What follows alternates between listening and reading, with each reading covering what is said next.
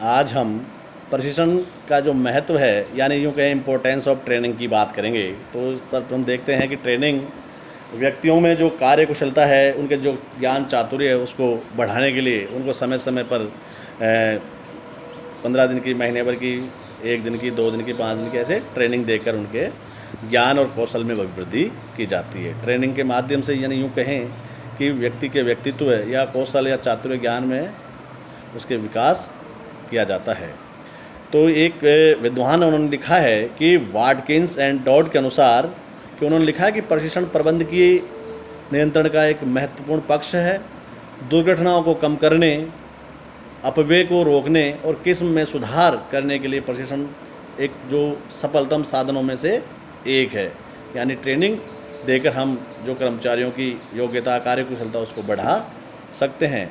अब हम देखें कि इसको पॉइंटों के माध्यम से अगर देख लेते हैं तो एक बात करते हैं कि अधिक उत्पादकता की, हायर प्रोडक्टिविटी की बात करें कि प्रशिक्षण के माध्यम से कर्मचारियों के जो चातुर्य और योग्यता में वृद्धि की जाती है। ऐसे ही बात करें उचित कार्यकुशलता की शीघ्र प्राप्ति की बात करें तो प्रशिक्षण के द्वारा कर्मचारियों के जो कार्य के उचित प्रकार से निष्पादन करने की विधि सिखाई जाती है। ऐसे ही कार्य क्षमता में सुधार की बात करें, इम्प्रूवमेंट और परफॉर्मेंस की अगर बात करें तो प्रशिक्षण द्वारा नए कर्मचारियों को उचित कार्य क्षमता प्राप्त करने में सहायता नहीं करती, अपितु पुराने जो कर्मचारी होते हैं उनके भी जो कार्य क्षमता है उसमें वृद्धि करने का काम करते हैं। आगे अगर बात करें ऐसे ही कर्मचारियों के मनोबल के जो निर्माण की बात करें तो इससे ट्रेनिंग के माध्यम से कर्मचारियों के जो मनोबल है वो भी बढ़ता है। ऐसे ही अगर बात करें संचालकीय समस्याओं का समाधान की बात करें, यानी सॉल्विंग ऑपरेटिंग प्रॉब्लम्स की अगर हम बात करें तो दिन प्रतिदिन जो समस्याएं आती है उनके समाधान के लिए को भी इसके माध्यम से सरल और सुगम बनाया जा सकता है। यानी आसान तरीके से इसको ट्रेनिंग के माध्यम से उसे हल किया जा सकता है। ऐसे ही बात करें मानव शक्ति की जो आवश्यकताओं की पूर्ति की बात करें to fulfil man power needs की अगर, तो एक संस्था में कई प्रकार की योग्यताओं और ज्ञान एवं कुशलता वाले व्यक्तियों की आवश्यकता पड़ती है। जबकि आजकल की जो शिक्षा पद्धति है वो तो बिल्कुल किताबी ज्ञान है, उनमें उपलब्ध कोई ऐसा ज्ञान नहीं होता। अतः यूँ कहें कि योग्यता वाले व्यक्ति को प्रशिक्षण और कर्मचारियों की पूर्ति के लिए आज प्रशिक्षण की आवश्यकता होती है। तकनीकी परिवर्तनों को से क्षमता बनाए रखने की बात करें, जो लेटेस्ट टेक्नोलॉजी की अगर हम बात करें तो उसको ट्रेनिंग के माध्यम से ही समय समय कर्मचारियों को दी जा सकती है, जैसे कंप्यूटर का ज्ञान है इत्यादि। ऐसे ही बात करें कम निरीक्षण की, डायरेक्ट सुपरविजन की बात करें कि प्रशिक्षण जब दे दिया जाता है कर्मचारियों को अधिक निरीक्षण की आवश्यकता नहीं पड़ती है, वह स्वतः ही कार्य कर लेते हैं। अगर बात करें कर्मचारियों के हित की बात करें, बेनिफिट्स ऑफ एम्प्लॉयज़ की अगर हम बात करें तो प्रशिक्षण प्राप्त कर लेने के पश्चात जो श्रमिक का हित जो होता है, कर्मचारियों को प्रशिक्षण देने से उनकी योग्यता, ज्ञान और क्षमता में वृद्धि हो जाती है। इससे वो बढ़ चढ़कर कार्य करते हैं, जिससे उनके बाज़ार में मांग भी बढ़ती है और अच्छे वेतन पर भी उनको लिया जाता है, या यूँ कार्यदशाएँ और वेतन जो अच्छे उपलब्ध हो जाते हैं। समन्वय की बात करें, कोऑर्डिनेशन की, फैसिलिटी ऑफ कोऑर्डिनेशन की बात करें तो इसमें जो प्रशिक्षण के जो प्रक्रिया है उसे दृष्टिकोण में सामान्यतः उत्पन्न होती है। उससे आपसी समन्वय की सुविधा भी, एक दूसरे के सहयोग से लोग कार्य कर लेते हैं, जिसको जो चीज़ आती है वो एक दूसरे से बांटकर ज्ञान को आगे बात करते हैं। अधिकार प्रत्यायोजन की सुविधा, जब कोई जैसा हम जानते हैं कि अधिकार प्रत्यायोजन से आज से अपने कार्य को दूसरे को से करवा लेना, जिससे कार्य अतिशीघ्र हो जाए, तो प्रशिक्षण के माध्यम से पूर्ण विश्वास और निश्चितता के साथ अधिकारों का प्रत्यायोजन भी किया जा सकता है। सामने वाले को ये कहीं आशंका नहीं होगी कि मेरा कार्य ठीक ढंग से नहीं होगा। परिवर्तनों में आसानी, जो ईजी टू जो चेंजेज है, यानी प्रशिक्षण के माध्यम से जो भी चेंजेज होते हैं उनको आसानी से समझा जा सकता है।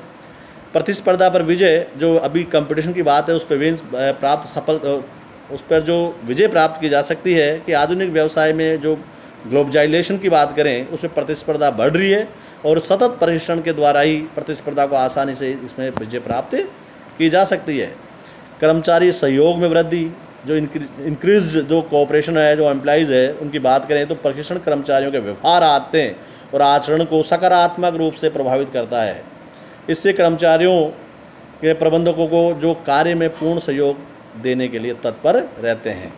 ऐसे ही बात करें लागतों में कमी और मितव्ययता की बात करें कि एक अच्छे प्रशिक्षण से लागतों में निश्चित ही कमी आएगी, इसमें कोई शक या अतिशोक्ति इसमें कोई शक नहीं है कि प्रशिक्षण के माध्यम से व्यक्ति कुछ सीखता ही है और सीख कर उसे प्रयोग में लाकर जो लागतें उनमें निश्चित कमी आएगी। सुदृढ़ संबंधों की अगर बात करें, साउंड जो इंडस्ट्रियल रिलेशन की अगर हम बात करें कि जो श्रम संबंध है प्रशिक्षण एवं विकास कार्यक्रम के द्वारा कर्मचारियों तथा अधिकारियों दोनों की जो मनोदशाओं में जो है परिवर्तन लाया जाता है। कर्मचारियों की जो कार्य क्षमता है में वृद्धि के साथ साथ उनमें संस्था के प्रति अपनत्व भाव अनुशासन उत्पन्न किया जा सकता है। यानी यूँ कहें कि उनमें संस्था के प्रति एक लगाव भी आता है और अपनत्व जो एक संस्था के प्रति और एक जो संस्था प्रधान के प्रति है उनमें आपसी मनमुटाव है जिनका खात्मा होता है।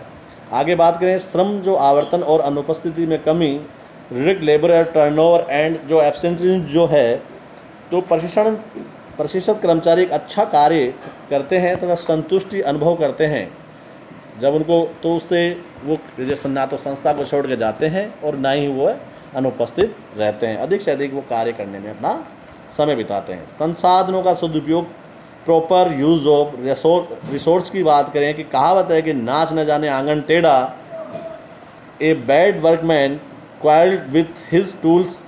इस प्रकार जो व्यक्ति कार्य नहीं जानता है वह संसाधनों का दुरुपयोग करता है। प्रशिक्षण के द्वारा कर्मचारियों को यंत्रों, उपकरणों, सामग्री आदि जो विधिवत जो प्रयोग है वो सिखाया जाता है और इससे वे इसका सदुपयोग भी करते हैं। ऐसे बात करें दुर्घटनाओं में कमी, जो आपके एक्सीडेंट जो केसेस हैं उनमें भी जो ट्रेनिंग के माध्यम से है जो कमी हो जाती है, लोग अब सावधानी से या अपने ज्ञान को चातुर्य से कार्य करते हैं। विकास और विस्तार की बात करें तो इसमें प्रशिक्षण से संस्था के जो विकास एवं विस्तार का एक प्रबल संभावनाएं उत्पन्न होती है। इससे प्रत्येक व्यक्ति के ज्ञान, चातुर्य, जो क्षमता और परिवर्तनों के प्रति अनुकूलता बढ़ती है। फलतः संस्था के भावी विस्तार और विकास का जो रास्ता खुलता है। तो ये जो कुछ महत्वपूर्ण पॉइंट्स हैं जिनके माध्यम से हम इसके महत्व के बारे में अध्ययन किया।